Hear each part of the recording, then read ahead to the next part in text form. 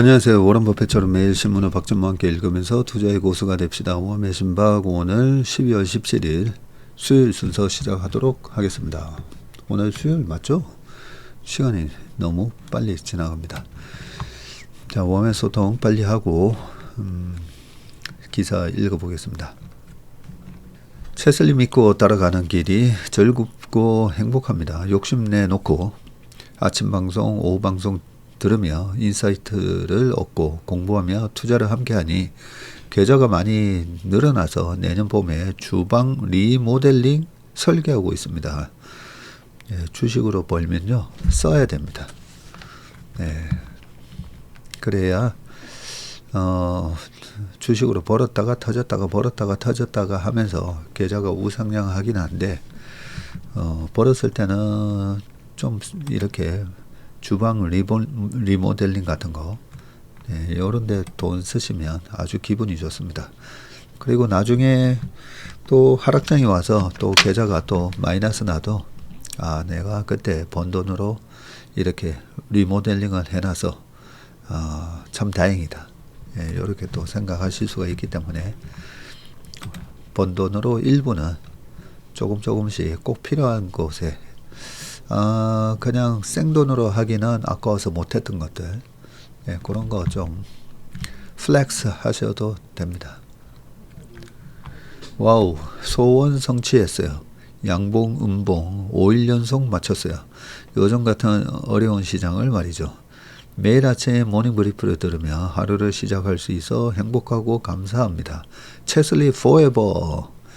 우리 캐시라떼님이 이 어려운 걸 맞추셨네요. 아침에 저한테도 모닝브리프 때 이 보고가 들어왔습니다. 캐시라떼님이 5일 연속 맞추셨다고.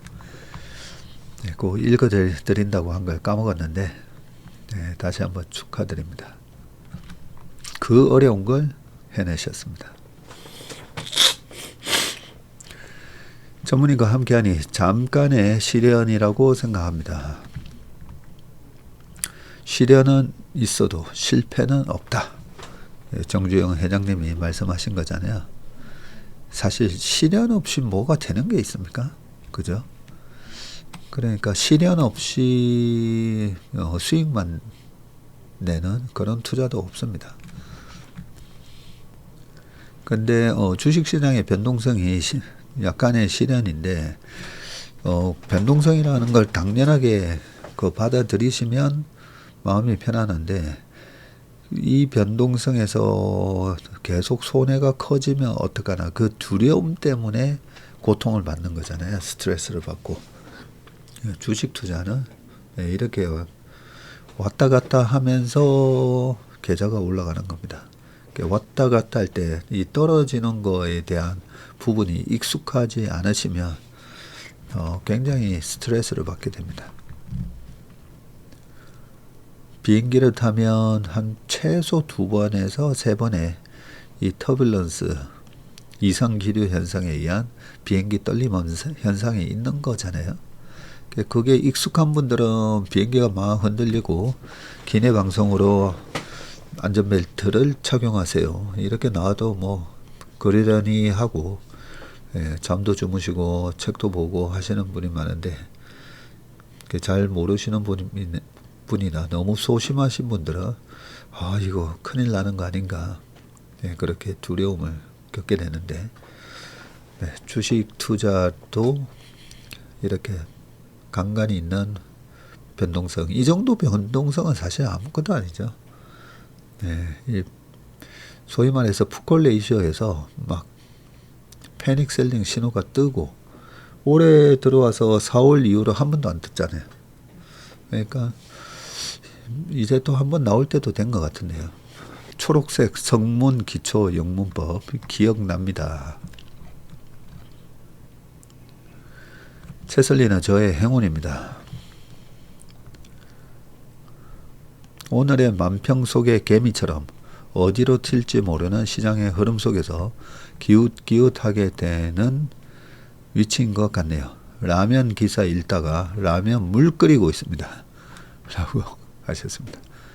만평은 어디서 보는 걸까요? 만평을 그동안 못 보셨군요. 만평 보는 방법을 가르쳐 드리겠습니다. 여기 네이버에서요, 채슬리 치면 벌써 채슬리 A, 투자자문 채슬리 AI 이렇게 나오거든요. 와, 채슬리 인턴도 이렇게 되어 있네요. 랩 투자 방법. 와, 채슬리 AI 요거 클릭하시면 네이버 프리미엄 콘텐츠라고 되어 있는 요거 클릭하시면요, 이 꼭 다 돈 내고 봐야 되는 건 아니고 그냥 보실 수 있는 컨텐츠들이 꽤 많습니다. 여기서 보시면 임감독의 증시만평 이렇게 되어 있잖아요. 네, 요거 되게 재밌습니다. 네, 어제 거 한번 볼까요? 임감독의 증시만평. 네, 와, AI 반도체 신문실. 어제 반도체 좀 떨어졌다고. 거품이지. 마진 별로지. 말 안 해? 진짜 재밌게 만들어 놨네요. 사천 붕괴. 이 붕괴에 이 만평만 봐도 어제 주식시장 상황을 그냥 한 번에 다시 알 수 있는 게, 자, 이쪽에는 이렇게 반도체 신문실이고 바로 오른쪽에는 화장품 바이오 패스존 해가지고 이렇게 화장품하고 이쪽은 실적 오케이, 소비 오케이, 방어 오케이. 그러면서 개미 투자자들이 이제 저쪽인가? 네. 오늘은 또 바이오 종목 많이 빠지더라고요. 그죠? 자, 의심받는 자와 그냥 가는 자. 이쪽은 의심받아서 취조당하고 있고, 이쪽은 그냥 프리패스. 네, 지나가세요. 야, 우리 임 감독이 원래 저희 채슬리 FC 축구 감독, 네, 감독이라서 감독인데, 우리 채슬리 AI의 이런 또 만평과 그 다음에 쇼츠 있잖아요. 네, 쇼츠도 다 우리 임 감독 작품입니다. 그래서 채슬리 치셔가지고 채슬리 TV 유튜브에서는 여러 개의 쇼츠가 아주 또 잘 정리되어 있습니다. 그거는 유튜브에서 채슬리 TV로 들어가시면 됩니다. 여기 있죠, 여기. 쇼츠를 우리 임 감독이 제가 얘기한 것 중에 투자하는데 반드시 도움이 되는 거 있잖아요. 네, 그런 거를 모아서 해주고 있거든요. 그래서 여기 채슬리 TV 채널 들어가셔서 여기 보면 쇼츠 있잖아요. 쇼츠. 예, 쇼츠 들어가 보면 제가 여기저기 이번에 고객 대상 투자 설명회 했던 이런 쇼츠, 이런 것들도 다 중요한 부분을 쇼츠로 다 만들어 놨습니다. 네. 투자의 어떤 원칙들, 이런 걸 좀 모아서 쭉 듣고 싶다. 그러시면 이 쇼츠만 이래 쭉 보셔도 돼요. 자, 댓글 조금 더 읽어보겠습니다. 조정장에는 공부하면서 사고 싶었던 종목 바겐세일 타임을 기다립니다.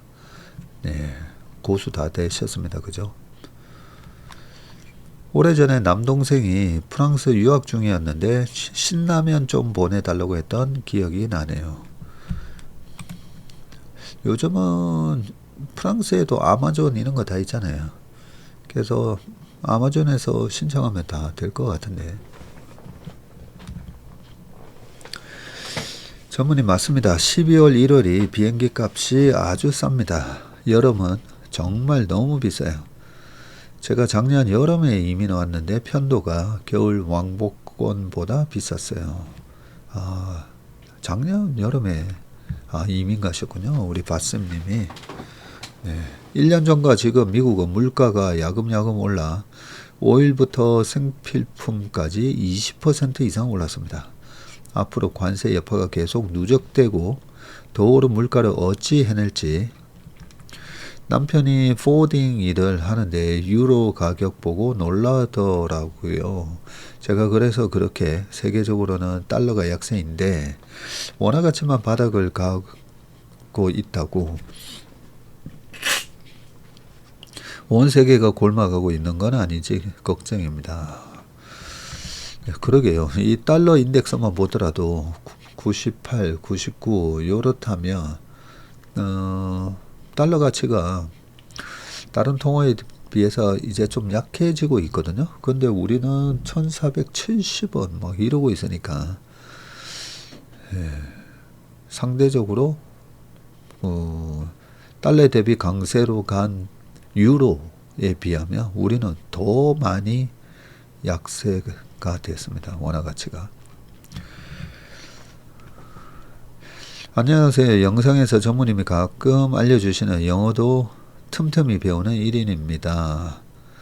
오늘 영상에서 카지노를 영어로 카지노라고 어제 했었죠. 제가 카지노라고 발음하셨는데 원어민들은 카시노라고 하더라고요. 그래서 저도 네이버 영어 사전에 클릭을 해보니까 카시노 뭐 이렇게 발음하더라고요.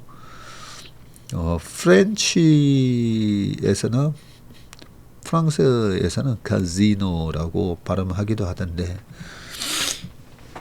이탈리아에서 온 단어라고 되어 있으면서 카시노 이렇게 발음하는 걸 저도 처음 알았습니다.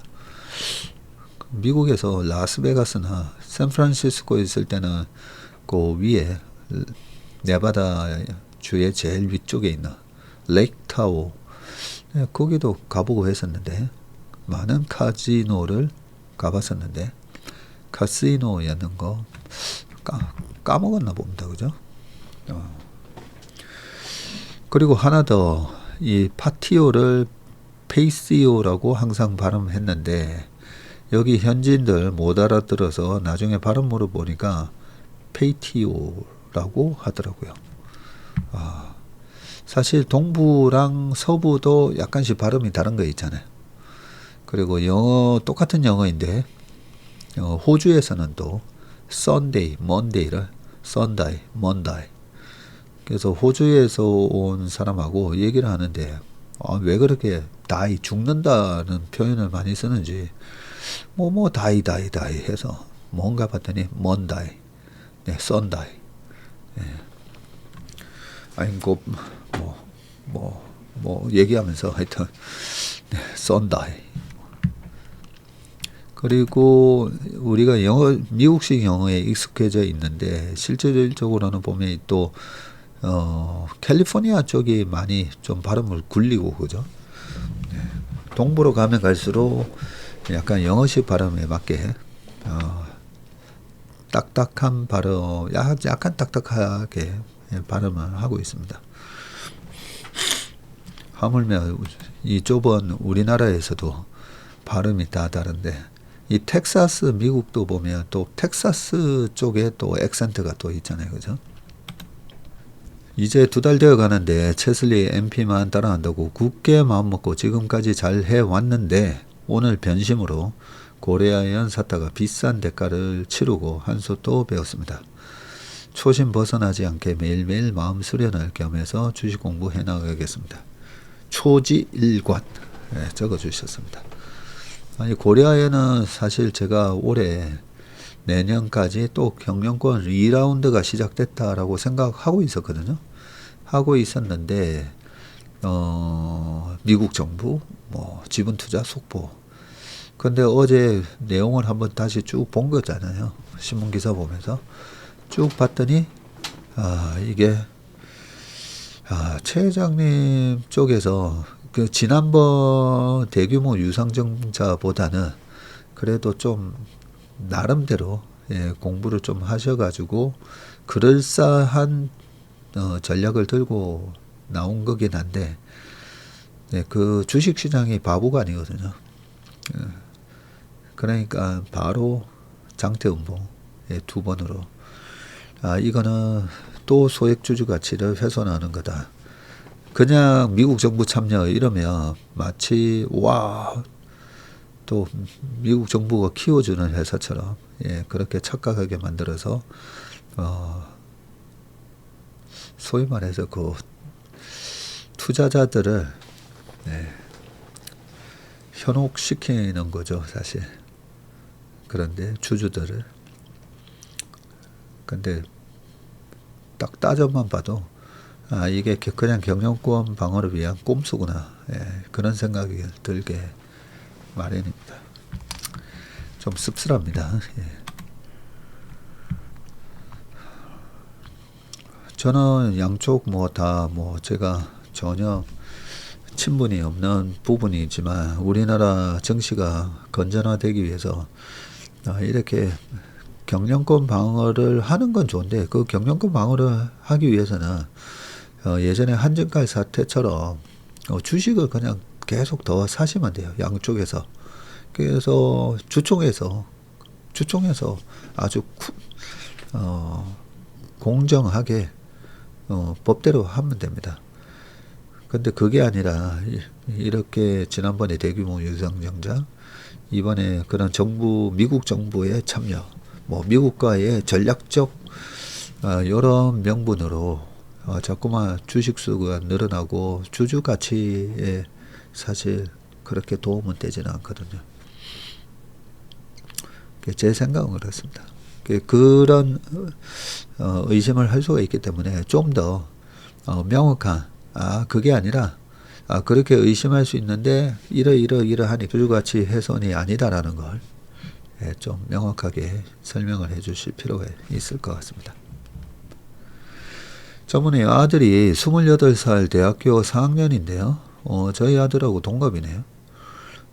채슬리 주식 용어 정리 노트 등으로 주식 공부시키고 경험 삼아 투자해보라고 권고하는데요. 아들은 테슬라 2배, 3배 등 레버리지만 좋아하고 차분히 펀더멘탈 등 기본기 공부해서 투자하려 하지 않습니다. 그냥 내버려 두자니 마음이 편하지 않은데 내버려 둬야겠죠? 네, 저희 아들도 3배짜리 많이 합니다. 그 나이 때는 어쩔 수 없나 봐요. 그래서 20대 남자들이 수익률이 제일 안 좋다고 하지 않습니까? 그죠? 20대 남자들이 보면 그렇게 3배짜리를 나는 한다라고 마치 다른 그냥 일반 주식하는 애들보다는 내가 더 세련되고 내가 훨씬 더 그런 첨단 뭐를 하는 것처럼 약간 그런 기분을 갖고 하는 것 같아요. 근데 이렇게 어렸을 때 레버리지를 통해서 쓴맛을 보는 것도 좋은 경험일 거다라고 생각합니다. 3배짜리는 일단 하락장에 한번 잘못 걸리면 영원히 헤어나지를 못합니다. 영원히? 그래? 코루 한번 보시면 돼요. 코루. 네, KORU 한번 쳐보시면 우리나라 시장 4천 넘어갔잖아요. 네, 4천 넘어갔지만 실질적으로는 지난 21년 고점도 못 벗기고 있습니다.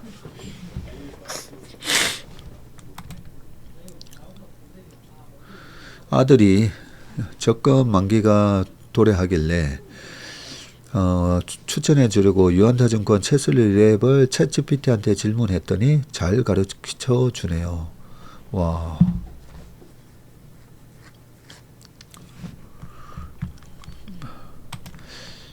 유한타증권 랩을 이번 주부터 출시한 걸로 알고 있는데 벌써 챗GPT가 이렇게 다 가장 최신 데이터까지도 다 긁어와서 얘기를 해주나 봅니다. 채슬리와 함께 투자하면서 덕분에 올해 제 능력 이상의 수익을 올렸습니다. 지난 주말에는 여동생이 결혼해서 신혼집 구하는데 큰 보탬이 됐습니다. 그래요? 우리 기가파워님 여동생이 지난주에 결혼했는데 또 오빠가 요거 보탰어라 하면서 딱 또 봉투 해가지고 줬군요. 미국은 우리와 달리 여론 조작은 안 하는 것 같네. 아닙니다. 트럼프가 맨날 그러잖아요. 여론 조작한다고. 예, 미국도 보면 약간 이 바이어스가 있습니다. 미국의 언론에서 약간 공화당 바이어스, 민주당 바이어스 네, 있습니다. 네, 그래서 예전에 트럼프 힐러리 경합이 있었던 그때 2016년 11월 8일 대선 딱 있기 하루 전에도 CNN에서 힐러리가 될 가능성이 이제 90% 이상인 것 같다. 네, 그런 기사도 나오고 했는데요.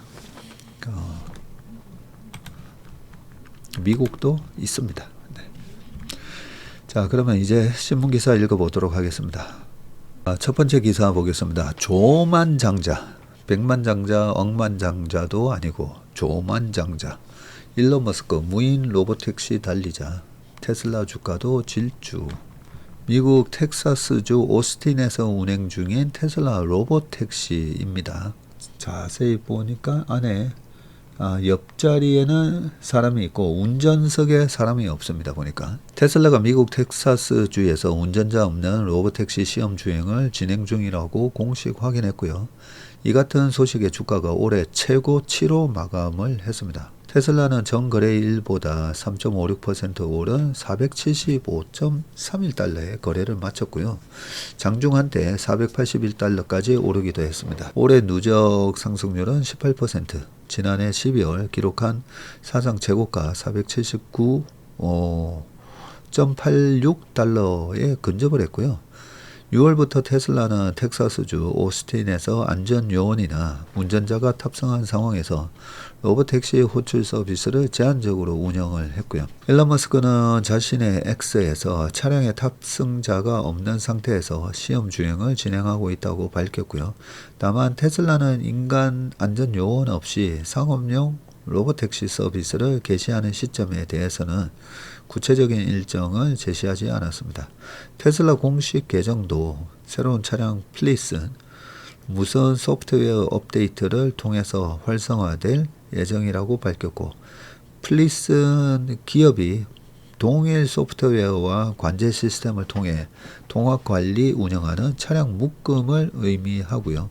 테슬라의 로봇택시 플리스는 현재 30대 이하로 구성됐습니다. 테슬라는 이를 연말까지 60대로 확대할 계획이라고 밝혔고요. 텍사스주는 교통법규를 준수하는 선에서 자율주행차 공공도로 시험주행 운행을 허용하고 있고, 다만 내년 5월부터는 상업적 자율주행 서비스에 대해 텍사스 차량국 사전 허가가 의무화됩니다. 업계에서는 테슬라의 기술 잠재력을 높게 평가했는데, 그러나 규제 대응과 상용화 속도 측면에서는 웨이모, 아폴로 고 등 경쟁사 대비 불확실성이 남아있다는 분석도 나옵니다. 네, 요 사진은 지금 모자를 보면 도찌, 미국 정부에서 일할 때죠. 지금 오른쪽에 보면 눈에 요때 멍이던 게 살짝 아직까지 보입니다. 그죠? 머스크 CEO의 자산 가치는 연이은 호재에 힘입어서 사상 처음으로 6천억 달러, 995조 원을 넘겼고요. 야, 여기에 우주기업 스페이스X 기업 가치 상승도 자산 가치를 끌어올렸습니다. 아니, 머스크 CEO의 자산 가치가 1000조라고요? 1000조? 야, 1000조에다가 우리나라 지금 환율 1470 얼마 이래 곱하면 와, 1470조 재산이 1조만 있어도 정말 대단한 건데, 그죠? 아유, 1조가 뭐예요? 100억, 1000억. 야, 100억의 100배가 1조인데, 야, 거기서 또 1400배나 더 많은 재산이 있습니다. 야. 포브스는 머스크 CEO가 설립한 스페이스X가 최근 기업 가치를 8천억 달러로 평가받았다고 보고를 했는데, 한 우리나라 돈으로는 1200조 정도다, 그죠? 머스크 CEO는 스페이스X 지분 42%나 보유하고 있습니다. 스페이스X는 내년 기업 공개를 목표로 하고 있는데 시장에서는 상장 시 기업 가치가 1조 5천억 달러에 이를 수 있다는 분석이 나오고 있습니다. 포브스는 머스크 CEO의 자산 가치를 종전 평가보다 1680억 달러 늘어난 6770억 달러 995조로 추정을 했고, 이어서 스페이스X IPO와 신사업 긍정 요인이 자산 가치를 최대 1조 달러까지 끌어올릴 수 있다고 덧붙였습니다. 나중에 테슬라가 8조 달러 가면 또 거기다가 1조 달러 또 스톡 옵션 받잖아요. 자, 독점의 시대는 끝났다. 엔비디아 흔드는 구글 스페셜 리포트입니다. 한동안 구글은 AI 경쟁에 뒤처진 공룡으로 불렸고요. 대표적 사례가 바드 96이었죠. 2022년 말 챗GPT가 출시되자 마음이 급해진 구글이 23년 2월에 AI 챗봇 바드를 공개했는데, 순다르 피차이 CEO가 참석한 바드 시연회에서도 오답을 내놓아서 망신을 당했죠. 당시 언론들은 구글 바드는 챗GPT만큼 학습 도구로서의 능력은 없는 것 같다. AI 전쟁의 패배자라고 비판을 했습니다. 하지만 겉으로 보이는 모습이 전부는 아니었는데 내부에서는 코드 레드를 선언하고 AI 시장 대응을 이어갔고요. 특히 AI 칩 부문에 집중을 했는데 구글은 2016년부터 자체 AI 전용 칩 TPU 개발에 나섰습니다. 그러니까 TPU가 그냥 나온 게 아니라 2016년 그때 알파고 나오고 했을 때부터 벌써 준비를 했었군요. 첫 세대부터 딥러닝에 최적화된 특수목적 칩이라는 방향을 잡았고, 이후 세대마다 연산 효율과 확장성에 초점을 맞췄는데, 엔비디아 GPU의 AI 칩 시장 독점에도 구글은 TPU 생태계를 포기하지 않았고요. 이 과정에서 탄생한 게 지난 10월 발표된 제미나이 3입니다. LM 아레나 리더보드에서 1501점을 기록해서 1위를 차지한 제미나이 3는 TPU V7 기반으로 데이터 학습과 추론 작업이 이루어졌고, 바드 96 2년 반 만에 본인들의 존재감을 다시 드러낸 셈이다. 기대 이상의 성능의 일각에서는 TPU가 엔비디아 패권 균열의 시작점이 될 수 있다는 평가들이 쏟아졌고요. 엔비디아도 구글 GPU 성과를 두고 모호한 감정을 드러냈는데, 엔비디아는 11월 25일 SNS 계정에서 구글의 성공에 기쁘고 구글은 AI 분야에서 큰 진전을 이뤘다고 치켜 세우면서도 우리는 계속 구글의 제품을 공급하고 있다고 밝혔고, 그러면서 우리는 업계보다 한 세대 앞서 있다. 모든 AI 모델을 구동하고 컴퓨팅이 이루어지는 모든 곳에서 이를 수행하는 것은 우리 플랫폼뿐이라고 그렇게 강조를 했었죠. 자, 무섭게 성능을 개선한 구글 TPU 엔비디아 블랙웰과 비교해보니 해가지고 이렇게 비교한 표가 있습니다. 자, TPU V7 아이언우드, 이름이 아이언우드인가 보네요. 주목 배경 중 하나는 전 세대에 대비해서 크게 개선된 단일 칩 성능인데요. 아이언우드는 개별 칩 FP8 기준 4614 TF 플롭? 이게 테라플롭스. 4614 테라플롭스 연상 성능을 갖췄다고 추정이 되는데, 이 테라플롭스는 칩이 1초에 몇 조 번 계산할 수 있느냐를 나타내는 단위입니다. 야, 1초에 몇 천 번도 아니고 몇만 번도 아니고요. 몇 천만 번도 아니고 몇 조 번입니다. 몇 조 번. 가령 1테라플롭스라면 1초에 1조 번을 계산한다는 의미입니다. 이는 직전 세대 V6와 동일 기준 비교 시 4배 이상 개선된 수치이고요. 물론 이는 경쟁사인 엔비디아 최신 GPU 블랙웰에는 못 미치지만 전작인 H200보다는 높은 편입니다. 블랙웰은 5000에서 9000 테라플롭스고요. H200은 한 4000 테라플롭스였네요. 더군다나 아이언우드는 가격 경쟁력이 확실한데 아이언우드의 개당 비용은 약 15,000달러 정도 수준으로 예상되고요. 3만에서 4만 달러를 호가하는 엔비디아 H100이나 H200의 절반 수준밖에 안 됩니다. 반도체 분석 업체 세미애널리시스는 아이언우드와 블랙웰 비용 효율 비교 보고서에서 동일한 규모의 서버 구축을 가정할 때 아이언우드 연산량당 총 소요 비용이 블랙웰 대비해서 44%나 절감할 수 있다고 설명을 했네요. 분명한 성능 차이는 있지만 이를 상쇄할 만한 가격 경쟁력이라는 의미입니다. AI 데이터 센터 등 인프라 구축을 위해서 대규모 설비 투자 중인 빅테크 입장에서는 매력적인 선택지이고요. 주요 빅테크 4사, 구글, 메타, 마이크로소프트, 아마존의 캐펙스는 2024년에 2283억 달러에서 올해 25년에는 3,462억 달러까지 늘어날 전망이고요. 26년, 27년 캐펙스 추정치도 각각 4천억 달러에서 4,343억 달러로 전망되고 있습니다.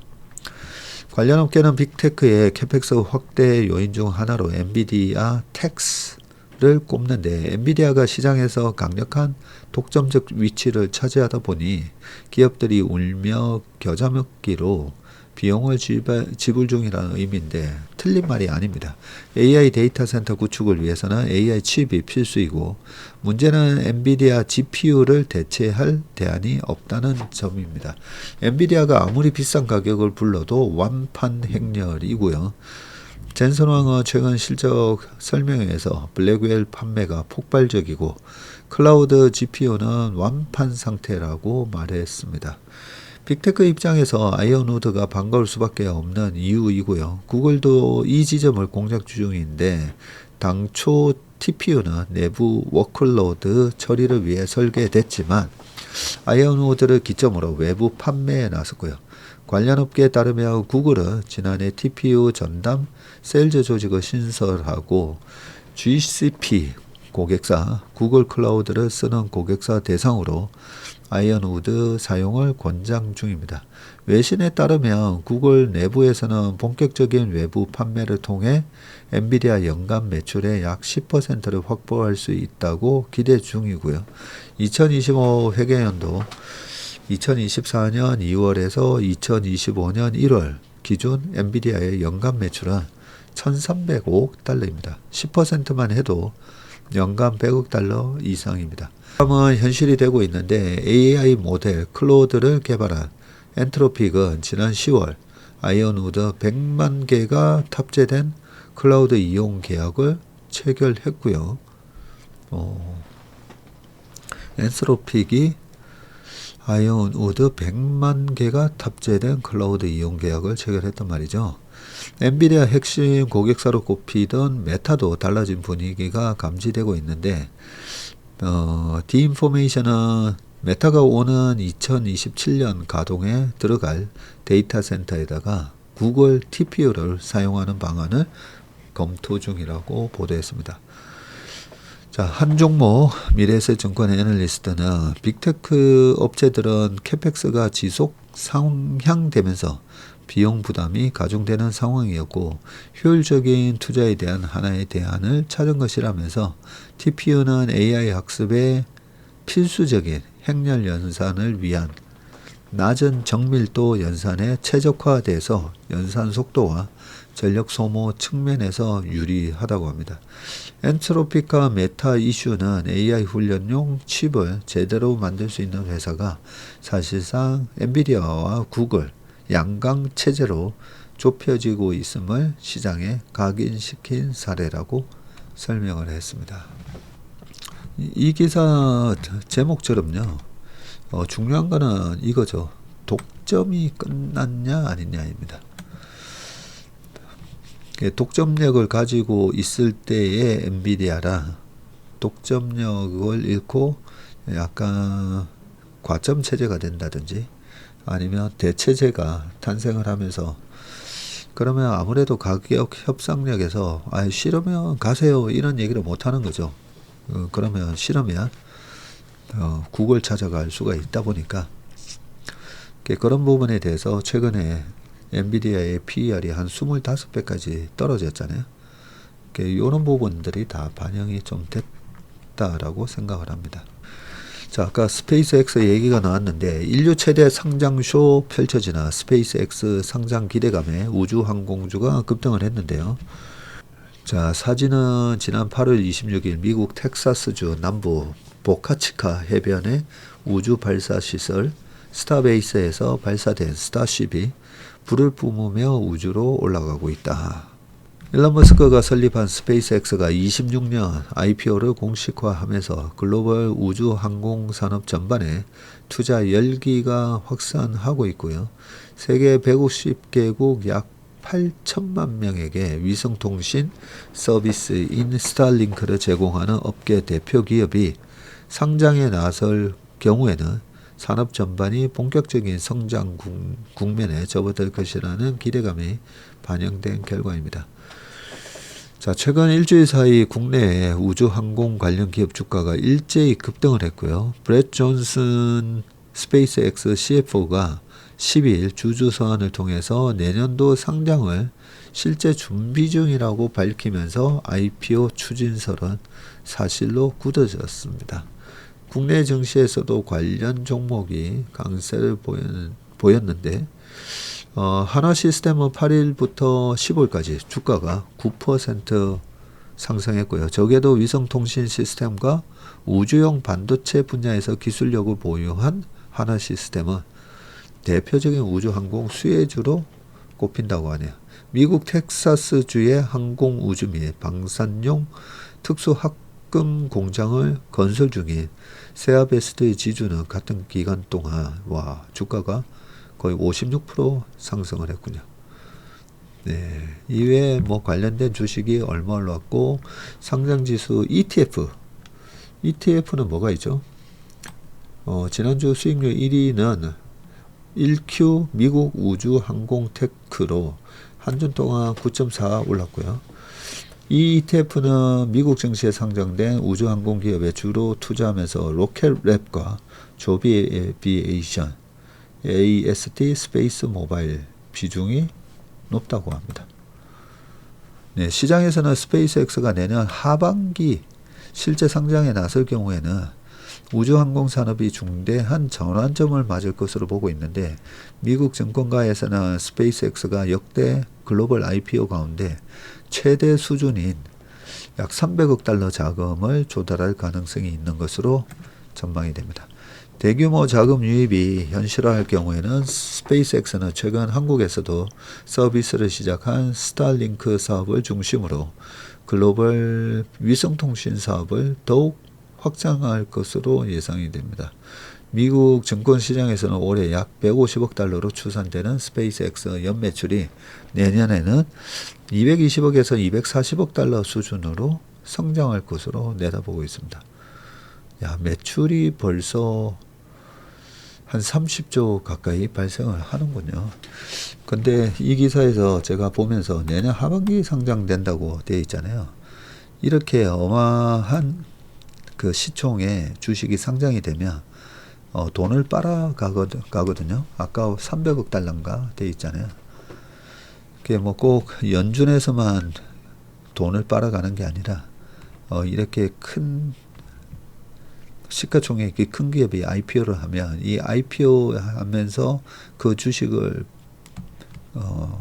받기 위해서 아니면 상장된 이후에 그 주식을 사기 위해서 뭔가를 팔고 사야 되다 보니까 주식시장에는 좀 전체적으로는 악재로 작용을 할 겁니다. 네, 내년에 하반기 장을 제가 좀 안 좋게 보고 있잖아요. 이런 수급에도 큰 영향을 줄 겁니다. 스페이스X뿐만 아니라 만약에 챗GPT 이런 거 시가총액이 어마무시한 것들 1000조짜리들 막 이렇게 상장을 해버리면 주식시장의 유동성을 좀 빨아들이는 그런 약간의 부작용이 있을 것 같습니다. 자, 비트코인 뜨고 금값 대폭락? 돈나무 언니의 경고. 자, 돈나무 언니로 불리는 캐시 우드가 비트코인이 2026년에는 금을 능가할 것이라고 전망을 했고요. 이코노믹 타임스에 따르면 최근 팍스 비즈니스 프로그램에서 모닝 위드 마리아에 출연해서 비트코인이 새로운 성장 국면에 진입하고 있다고 말을 했습니다. 진행자가 마리아인가요? 보다 그죠? 자, 캐시우드는 금과 비트코인 성격을 명확히 구분했고요. 그는 금은 지정학적인 리스크와 경기 불확실성에 대응하는 대표적인 리스크 오프 자산인데, 반면 비트코인은 혁신과 성장에 반응하는 리스크 온 자산이라고 설명을 했고요. 올해 금값이 연초 대비 60% 상승했지만 내년에는 비트코인이 더 큰 수혜를 볼 수 있다는 주장입니다. 우드는 현재 시장 환경을 1980년대부터 1990년대 후반까지 이어졌던 기술 혁신의 황금기에 비유를 했고요. 당시 금은 부진했던 반면에 기술주 등 혁신 자산은 폭발적인 성장을 기록했고요. 그는 세계 경제가 본격적인 AI 시대로 진입하면서 대규모 생산성 혁신이 나타나고 있으며, 이는 비트코인과 같은 리스크 온 자산에 긍정적으로 작용할 것이라고 내다봤습니다. 미국 경제에 대해서도 순환적 경기 침체에서 회복 국면으로 이동하고 있다고 평가했습니다. 그리고 전통적인 비트코인 4년 주기는 더 이상 유효하지 않다고 주장을 했는데, 과거 비트코인은 약 4년 주기로 강세와 약세를 반복하며 약세장에서는 75에서 90% 급락이 나타났지만, 이러한 패턴은 시장 구조 변화로 깨지고 있다는 분석인데, 최근 비트코인이 조정 국면에서 10% 이상 하락하며 투자자 불안을 키웠지만, 우드는 이를 과거와 같은 붕괴 신호로 보지 않았다면서 이전 규칙은 더 이상 적용되지 않는다며 구조적 변화를 강조했습니다. This time is different. 이 단어만큼 위험한 단어는 없다고 존 템플턴께서 얘기를 해주셨는데, 이번에 비트코인 투자하시는 분들은 다 내년에는 다를 거야 라고 얘기를 하십니다. 우드는 비트코인 시장의 가장 큰 변화 요인으로 기관 투자가의 본격적인 진입을 꼽았는데, 기관들은 아직 암호화폐 시장에 발만 담근 수준이라면서 향후 자금 유입 여지는 매우 크다고 말을 했고요. 최근 몇 년간 비트코인 변동성이 점진적으로 낮아지고 있는 점 역시 기관 자금 유입 환경이 조성되고 있다는 신호로 해석이 됩니다. 실제로 비트코인은 최근 주가 조정 국면에서도 8만 달러 선을 지켜내면서 달러보다 강한 가격 방어력을 보였고요. 다만 금값의 추가 상승을 전망하는 시각도 여전한데, 금값이 지난해 10월 사상 처음 온스당 4,000달러를 돌파한 이후 상승세를 이어가고 있고요. 지난 4일에는 4,243달러로 10월 7일 대비해서 5.95%나 상승했습니다. 주식시장이 주춤하면서 안전자산 선호 심리가 강화된 점도 금 수요를 지지하고 있는데, 글로벌 투자은행 골드만삭스 설문조사에서는 기관 투자가 36%가 내년 금값이 온스당 5,000달러를 돌파할 것으로 전망을 했습니다. 진짜 내년에 어떻게 될지 궁금합니다. 뒤에 요 관련된 기사가 있으니까 하나 더 보고 다른 기사 넘어가겠습니다. 4년 반감기 사이클이 끝났다. 그레이스케일 비트코인 내년 상반기 신고가라고 되어 있는데, 자, 그레이스케일 내년도 전망 보고서 발간 요거 한번 볼게요. 요 내용이 참 좋더라고요. 자, 비트코인은 약 4년 주기의 반감기마다 큰 폭의 가격 상승을 겪었으나 최근 사이클로 올수록 변동폭이 안정화되는 경향을 보이고 있다. 이는 시장이 성숙기에 접어들었음을 의미한다고 되어 있는데요.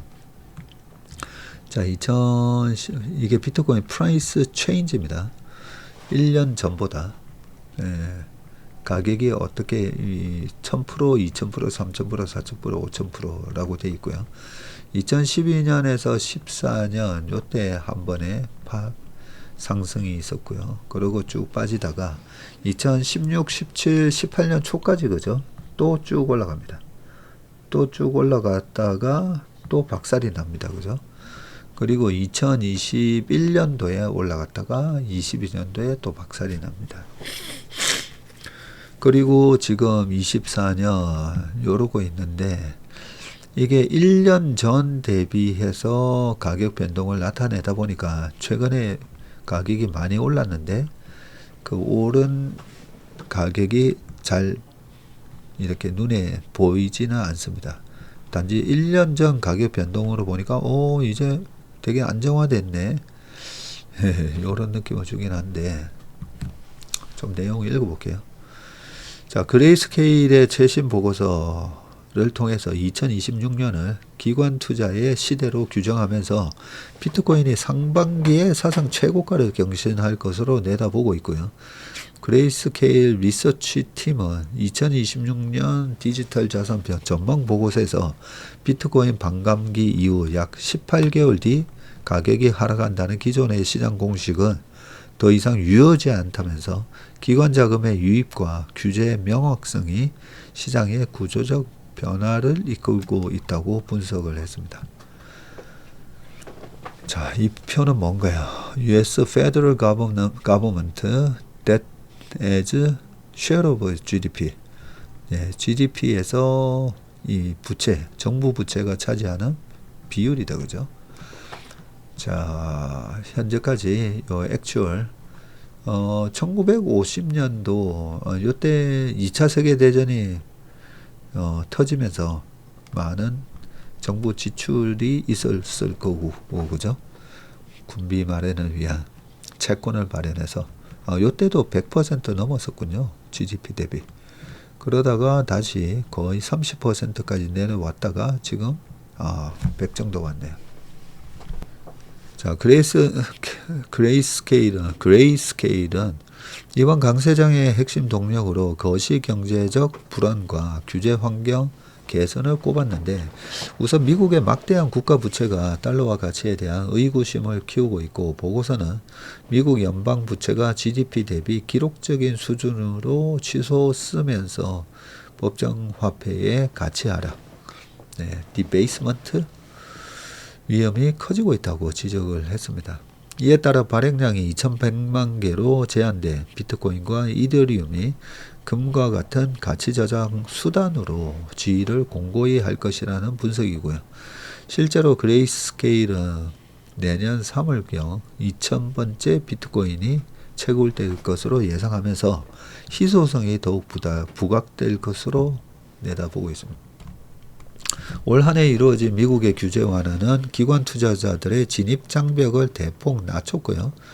미 의회의 이 지니어스 액트 법 통과와 증권거래위원회 SEC의 수탁 의무 지침 폐지가 대표적인데 보고서는 내년에는 초당적인 가상자산 시장 구조 법안이 미 의회를 통과하며 블록체인과 전통 금융의 결합이 가속화될 것이라고 전망했고요. 이는 기존 비트코인 현물 ETF를 넘어서 다양한 가상자산이 제도권 ETF로 출시되는 계기가 될 것으로 보인다. 이미 24년 1월 비트코인 현물 ETF 출시 이후에 전 세계적으로 870억 달러, 120조 원의 자금이 순유입된 바 있다. 작년 1월에 비트코인 현물 ETF가 요때 출시가 됐었군요. 그리고 지금까지 한 120조 자금이 빨려 들어갔다고 합니다. 2026년 투자 키워드는 스테이블 코인과 AI라고 되어 있네요. 자, 이 표를 보니까 tokenized assets vs traditional markets estimated total value outstanding 이라고 되어 있습니다.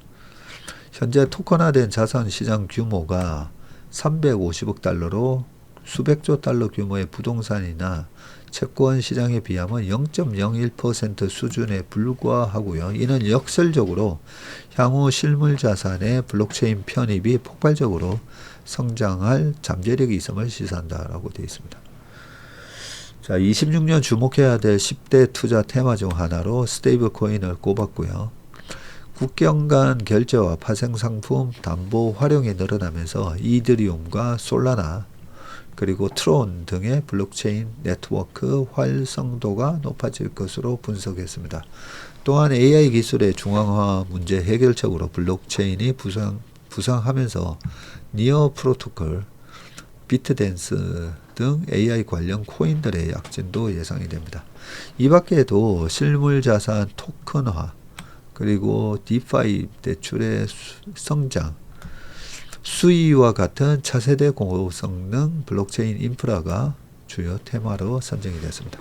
반면 시장 일각에서 우려하는 양자 컴퓨팅 위협이나 마이클 세일러 스트래티지 회장 방식의 디지털 자산 재무 전략 모델은 2026년 시장 가격에 큰 영향을 미치지 않을 레드 헤링 속임수로 분류하며 선을 그었다고 합니다.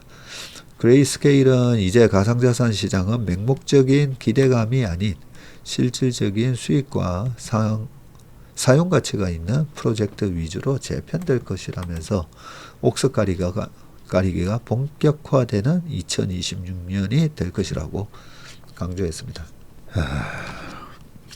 우리가 어떤 자산을 투자해야 될지 말아야 될지 고민할 때요. 많은 대중들의 다수가 보유하게 됐을 때 그 자산이 그렇게 올라가지가 않습니다. 그래서 뭐 ETF로 해서 이렇게 활성화됐다라는 게 꼭 좋은 것만은 아닐 수도 있다. 그렇게 생각합니다. 자, 마지막 기사입니다. 전 세계에서 돈 들고 대기 수주 기대감 한화 에어로 139만원 목표가 오늘 나온 보고서라고 되어 있습니다. K9 자주포 사진입니다.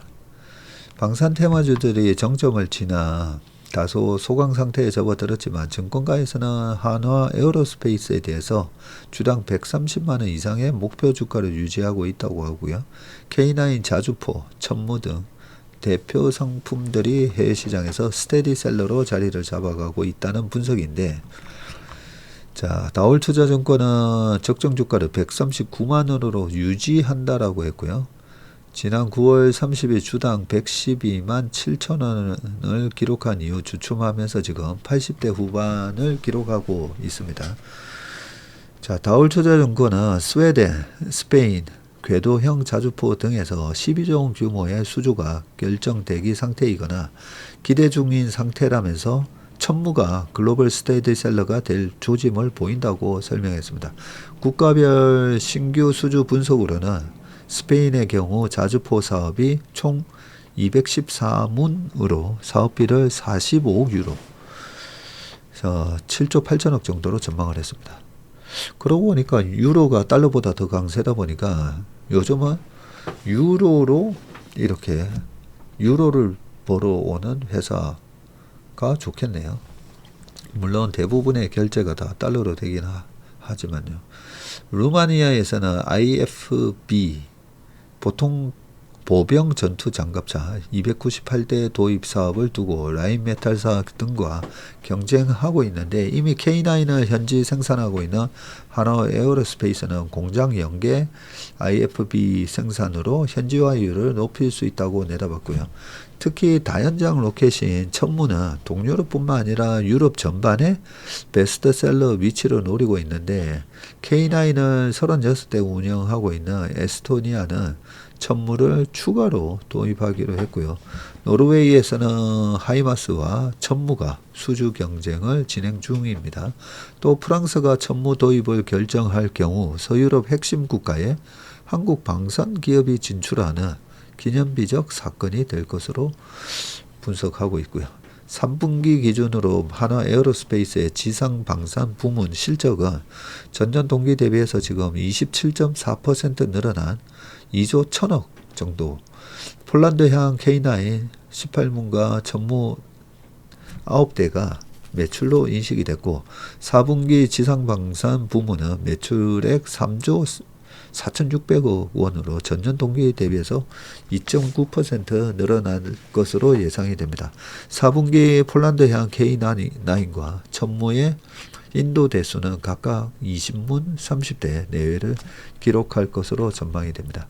한편 한화 리서치는 지난 2일 발표한 보고서를 통해서 한화 에어로스페이스의 26년 PER은 17배 수준으로 밸류에이션 매력도가 높다고 분석을 하고 목표가 135만원을 제시했었군요.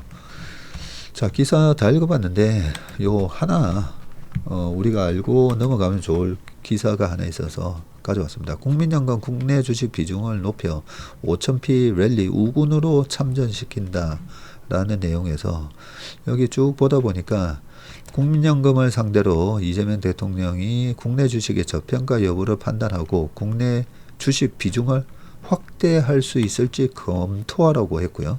또 국민연금의 기금 운용 전략에 대해서 국내 주가 상승이 연금 재정에 미치는 영향을 점검하라고 주문을 했는데 정부의 코스피 5천 선언 이후 지배구조 개선, 배당 확대 등 코리아 디스카운트 해소 정책이 속도를 내고 있는 가운데 국민연금의 적극적인 동참까지 요구한 대목입니다.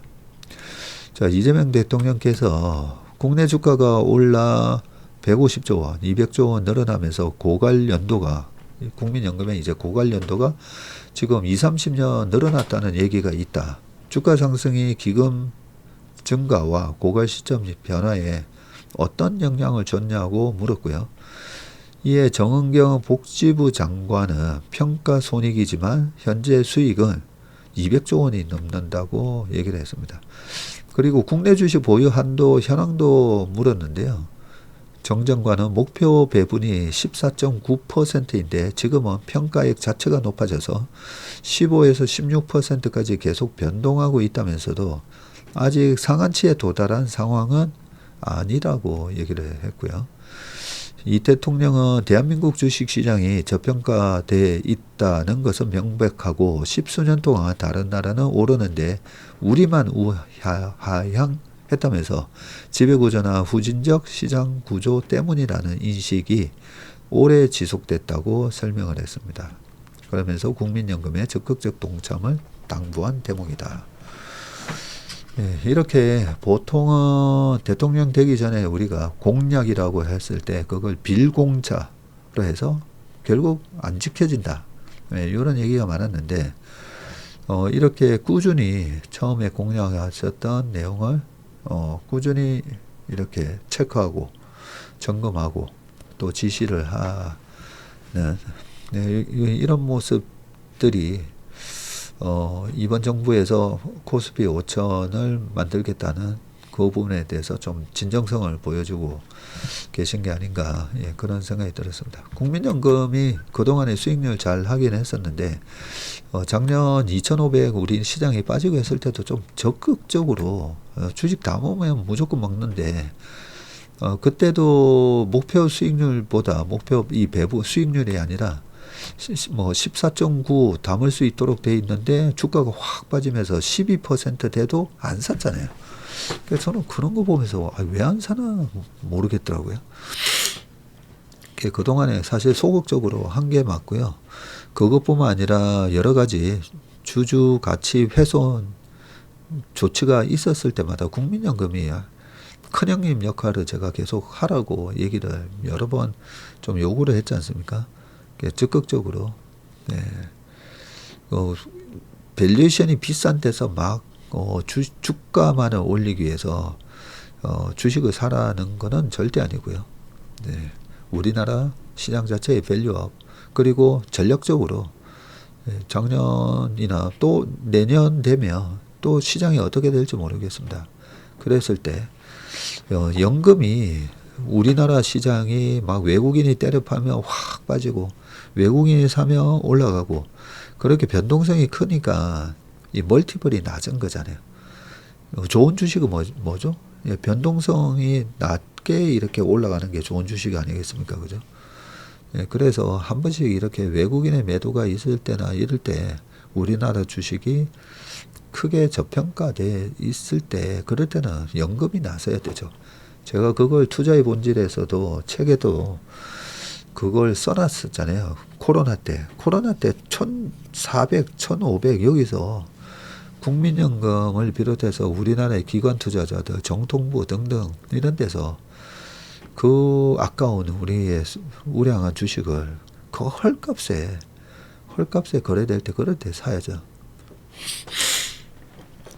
예, 그런 적극적인 국민연금이 해줄 수 있는, 그렇다고 희생이 아니라 국민연금의 수익률도 높아지고 우리나라 시장의 밸류도 업하고, 그 부분에 있어서는 계속 좀 적극적인 동참을 해주시길 저도 간절히 바라겠습니다. 오늘 웜의 신박은 여기서 마치겠습니다. 행복한 하루 되시길 바라겠습니다. 고맙습니다.